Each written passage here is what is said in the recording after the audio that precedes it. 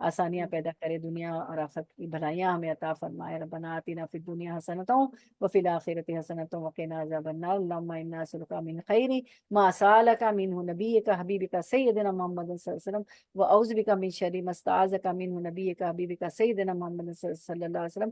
اللہ ہم شر نہیں مانگیں گے، ہم خیر کی دعا مانگیں گے، اچھی دعائیں مانگیں گے، بدعا نہیں کریں گے کسی کے بھی حق میں بھی، اور ہم آپ سے ہر اس چیز کا سوال کرتے ہیں خیر کا، جس خیر کا سوال آپ صلی اللہ علیہ وسلم نے کیا، اور ہر اس شر سے پناہ مانگتے ہیں جس شر سے آپ صلی اللہ علیہ وسلم نے پناہ مانگی۔